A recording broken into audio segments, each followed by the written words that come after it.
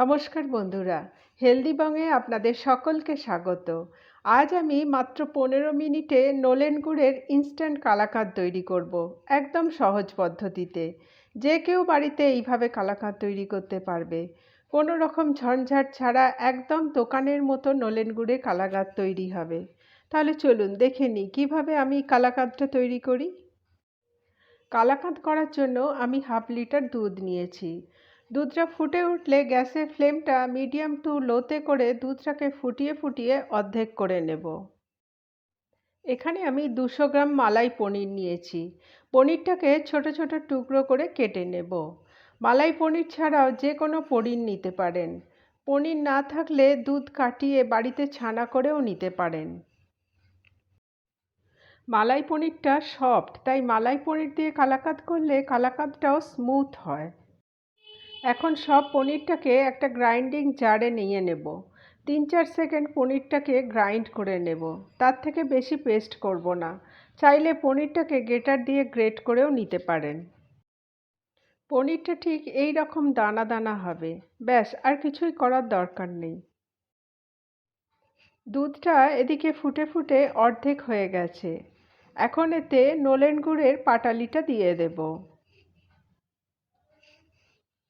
দুধেতে গুড়টা দিয়ে নাড়তে থাকবো যতক্ষণ না গুড়টা গলে যাচ্ছে।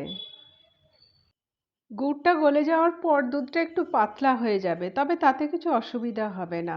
আপনারা চাইলে গুড়ের জায়গায় চিনি দিয়েও করতে পারেন।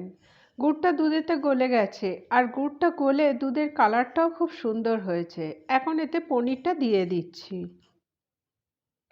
পনিরের জায়গায় যদি ছানা দেন তাহলে ছানাটাকে হাতে করে একটু গুঁড়ো করে তারপর দুধেতে দেবেন। পনিরটাকে দুধের সাথে ভালো করে মিশিয়ে নেব, আর গ্যাসের ফ্লেমটা মিডিয়ামে রেখে মিশ্রণটাকে নেড়ে যাব। তার সাথে 1 চামচ এলাচ গুঁড়ো দিচ্ছি।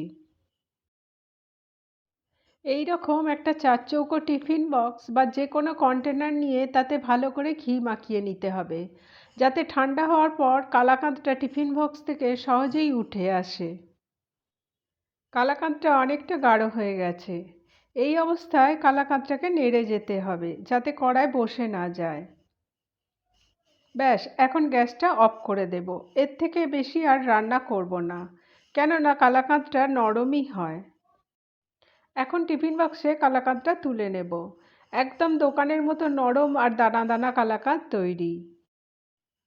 এখন টিফিন বক্সটাকে ঠান্ডা করে 2 ঘন্টা ফ্রিজে রেখে দেব।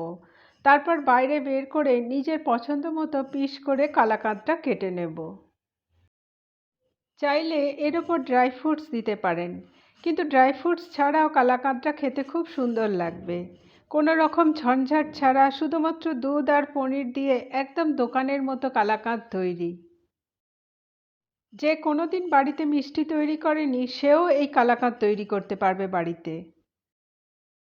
বাড়িতে এইভাবে একবার কালাকাঁদ তৈরি করে খেলে আমি শিওর দোকান থেকে আর কালাকাঁদ কিনতেই ইচ্ছা করবে না। আমার এই রেসিপিটা ভালো লাগলে আমার চ্যানেলটা সাবস্ক্রাইব করে দেবেন, সেই সঙ্গে ভিডিওটা লাইক ও শেয়ার করতে ভুলবেন না।